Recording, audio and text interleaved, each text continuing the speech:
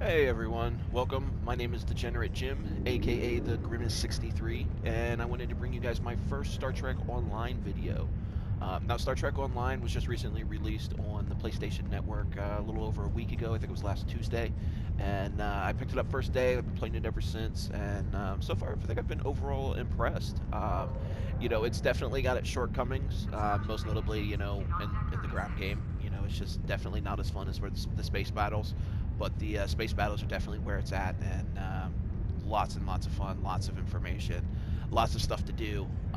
So I just want to bring you this video, kind of show you a little bit how I leveled up and a couple things that I learned along the way. Now, as far as leveling goes, I mean, it's super easy. This game, for a free game, it gives you so much content. I mean, there's a lot more content in this for free than there is in any of the other free MMOs. Neverwinter, DCUO. I mean, any of them. It's just there's more content here for you guys for free. Now, as far as leveling up, as I said, I mean, it was pretty simple. I just went through and I just did the missions, and just go in here in the mission journal, and I just started doing the missions. As I said, I haven't even gotten through all of them yet, and I've already gotten pretty close to max level. Now, max level in the game is 60, but once you hit 50, there's not really anything else that you can do at 60 that you can't do at 50, at least at this point in the game. On the PC version, it was a little bit different. You got access to some more stuff, but we don't have access to any of that stuff as it is. So between 50 and 60 at this point, there's not much of a difference.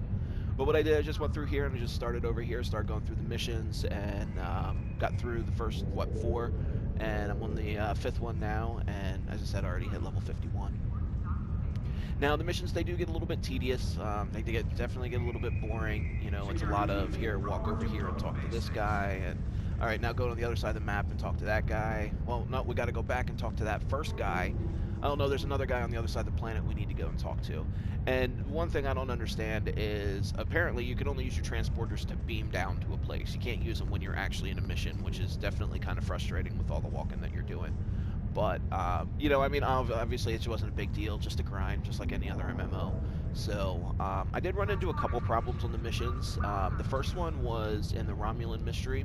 It was the second mission, Empress Sela. And this one really kind of, it was like the second day I was playing this game. And I hadn't even hit level 30. I had no idea what was going on. Like, every time I go and select this mission and you're supposed to beam down to the planet, and bam, the game would force quit on me. It would just take me right back to the PlayStation screen. And I didn't know what to do. Wasted about 3 hours before I finally figured out that you could actually skip missions. I'm really smart because it only took me about 3 hours to figure that out. But no, it's pretty easy. You just go in here, you select the current mission that you're on, and if you want to skip it, bam, you can go ahead and skip it, and it allows you to move on to the next mission. You can also go ahead and drop it, which will just, like you never even started it, and allow you to take it back over from the beginning if you want. Now, when you're actually in space and you come in here into this little menu, and you click on one of these, you get an option up here to travel. And you can click on travel, and it'll automatically set your waypoint and, start taking you over there. Also gives you the option to transwarp for some EC. You can transwarp there, and that'll instantly let you travel there. Which probably a little bit more beneficial in the earlier levels when your warp cores are only taking you like maximum warp 4. But once you get in the higher levels, like my warp core takes me to warp 10, and it's just transwarp just doesn't really seem like it's worth the 10,000 EC that it charges you. Other than that, I was doing a lot of in the PvE queues. I was doing a lot of the private fleet action. Now, this was the only thing you have available before level 50, and it's stupid easy. Once I hit level 40, I was able to solo the whole thing by myself. It took a little bit longer, but like the difficulty's not high. You're fighting a bunch of Klingons, they're all level 3, I mean, it's very easy. Why, like, these groups make you wait for 20 people, I will never know, when you can very easily do it by yourself or with a small group. And so I would do these a bunch of times, but as I said, they were easy, and you didn't get anything good for them. It was more like a waste of time, or grab a little bit of XP for doing them. Now, the most fun thing that I was able to come across is see if we can find any where no, I don't think they're going to show up on this map. They're just little instances that pop up throughout the map. Once they pop up, you've got about 2 minutes to fly to them and get to them. And it's just basically like a little pocket of space, and it takes you to a preloaded mission. They were a lot of fun. I really enjoyed doing them. They'll pop up randomly on your map. They look like a little red eye. And you just go ahead and you travel to them. They were a lot of fun, a little bit more challenging, a little bit better rewards for them as well. And you know, they kind of just break up the monotony of just doing these missions over and over. I mean, that's really all there is to it. I mean, there's not like some big secret on how to level up, you know. I mean, it's just like every other game, it's a grind. You can grind it out and you can take a while, and you know, it can take you a month by just doing the fun stuff, or you can do the boring stuff and get it done right away. And you know, that's what I chose to do. But yeah, other than that, not much else to say, you know. I mean, it's just the game. It's very easy to level up in. Now, a couple tips that I would give you that I wish I had known, and they're all common sense. Like if I had stopped and thought about it, I would have been able to figure it out. But don't buy anything on the exchange yet. You know, when you're level 20, 30, 40, yeah, you know, it looks very enticing. You want to go in there and you want to buy some stuff in the exchange, or maybe buy, you know, purchase some Zen and buy a ship. Don't do it. Just wait. You know, I went ahead and I spent $10 and I bought 1,000 Zen when I was tier 3 and picked up the Excelsior, and I was able to use it for like a day. It was actually closer to 2 days, and then I just out-leveled it. You know, it's not worth spending the money and spending the resources on something that you're only going to use for a couple days. So definitely wait until you hit level 50. Once you hit level 50, you get access to all the ships. You can do the tier 5 or tier 6 ships.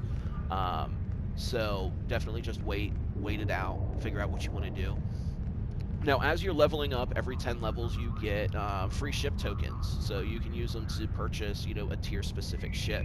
So, like, once you hit level 10, you can use it to purchase a tier 1 ship, level 20 is a tier 2 ship, level 30 is a tier 3 ship, level 40 is a tier 4 ship, and that's where it stops. After you hit tier 4, you don't get any more free ships. But what I would definitely recommend doing would be, as you're going through, get one ship of each class. You know, so you might want to start off with like getting a cruiser or a science vessel, something like that. And then on the next go around, you might want to go ahead and get that escort ship. And then on the final go around, the third go around, you know, get the other class of ship that you haven't gotten. And then when you get to tier 4, I think they give you access to a cruiser. No, I was thinking of a carrier, but I guess they don't. But yeah, I would just recommend trying the different types of ships, because there's a big difference between the ships. You know, the play style. You know, the maneuverability is number 1 on them. You know, like you'll see here on the escorts, pretty much any escort is going to give you a much higher turning radius. Not a turning radius, but much quicker turning. You know, something on this one, and this is the base turn rate of 16 degrees per second. You know, you go over to one of this battle cruiser, and we go down, and it's 9 degrees per second, which is actually pretty high for a cruiser. I've seen them go as low as 6, you know, for like the Galaxy class Enterprise looking one, you know, it's all the way down at 6, you know, so definitely a big difference between the ships. Basically, from what I've been able to gather online, is tactical, they kind of stick, if you go tactical, you kind of stick with the escort ships. Science officers will stick with the science ships, and engineers generally take the bigger cruisers. Now, obviously, it doesn't have to be that way. You know, I'm a tactical. If I want to go in here and, you know, take a cruiser, I can take a cruiser. If I want to take a science vessel, I can take a science vessel. Like, you don't have to, you know, stick with whatever class you have. You can pick up any type of ship that you want. But, you know, I mean, the meta points towards points in a certain direction. Now, another thing I've noticed in here is the tier 5 and the tier 6. Alright, now, the tier 6 doesn't have a lot of options. You're seeing a lot more on here because you were getting access to the Klingon and the Romulans. But, like, as far as Federation ships, I mean, we can count them out. There's like 4 or 5 of them. I think there's 6. You know, there's not a lot of them. And then you go here and you look at 5, and 5's got all the iconic ships. You know, I mean, it's got the battle cruisers, it's got the Defiant. You know, you come down here and we've got the Enterprise, you know, complete with saucer separation. You've got the Galaxy Dreadnought from I think it was the All Good Things episode, and you know, with the third warp nacelle. You know, I mean, it's got Voyager on here. It's got all of the iconic stuff, all the cool looking ships. The reason that, you know, I was so drawn to this game, you know, I want you know, a big saucer section and 2 nacelles on the back. You know, Tier 5's got all the cool ships, you know, but, you know, they're not Tier 6 ships. Now, the difference between the ships are minimal, all right? On the Tier 6 ships, they definitely have an advantage. On most of them, you get 10 slots for consoles instead of 9, which definitely helps, especially in, you know, the end game and the later stuff, quite where not many of us are at right now, just because a lot of that stuff doesn't exist yet. You can also... the bridge officer stations usually allow you to put someone with a higher rank in them. But, I mean, that's really, you know, like the Tier 6 ships, they tend to have better ship abilities. You know, like you look on this one, Starship Ability Package, it's got 1, 2, 3, 4, 5 different Starship abilities. And we go over here and we'll just pick a random T5, and this one has none listed, you know, so I don't know. I don't know how much of a difference it's going to be having a Tier 5 versus a Tier 6. Personally, for me, just with my game style, I'm going to come in here, I'm just going to purchase a T6, you know. I don't mind spending the money on a free-to-play game like this, especially one that offers this much content. Because, I mean, look at it. Once you hit level 50, then you get access to all this stuff. These are the Special Task Force. When I originally was looking up the game, I thought that these were all going to be like the raids of the game, you know. But these are the strikes. You know, this is an equivalent of a strike. They usually take about 15 to 20 minutes to complete. Group of 5. I've gone through. Last night. I did a couple of them. This Atmosphere Assault, really cool. Anyone can do this one. You don't have to worry about having gear because you're in a shuttle. You just have to have some kind of like shuttle or a fighter or something like that, but the whole thing takes place in atmosphere. So really anyone that hits level 50 can go run into that one. This board disconnected, this one was a lot harder.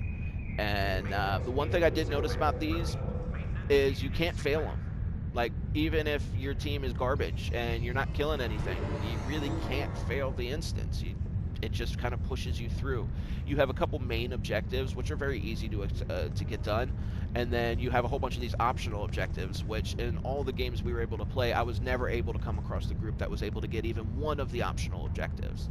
I just don't think anyone has the DPS yet to be able to do it. But they're still a lot of fun, got some pretty decent gear. Nothing great. I didn't do any of the advanced versions of them where you're supposed to get the better gear and they're supposed to be a lot harder. I figured since, you know, my groups I was with, we were struggling for the regular. I just don't think I'm quite there yet. But yeah, they've got a lot of them on here, and most of them are pretty fun. From the ones that I've played 4 or 5 of them. You can just go over here into PvE queues and see the ones that are already queued up. And you can switch them over by Romulan marks or choice of marks, which I haven't really gotten too much into that yet. That'll be, I'll get some more information and I have to do another video on that. But this video's already gone a lot longer than I had anticipated. You know, MMO, there's just tons of information. So I hope you guys did enjoy the video. If anyone has any questions or if I said something that was completely stupid or wrong, don't hesitate, you know, put it up in the comments, let me know. And look at this guy. Wow, that's the thing of nightmares. Alright, but anyway, yeah, if you have anything to say, put it in the comments, but if not, have a good one. Thanks, guys.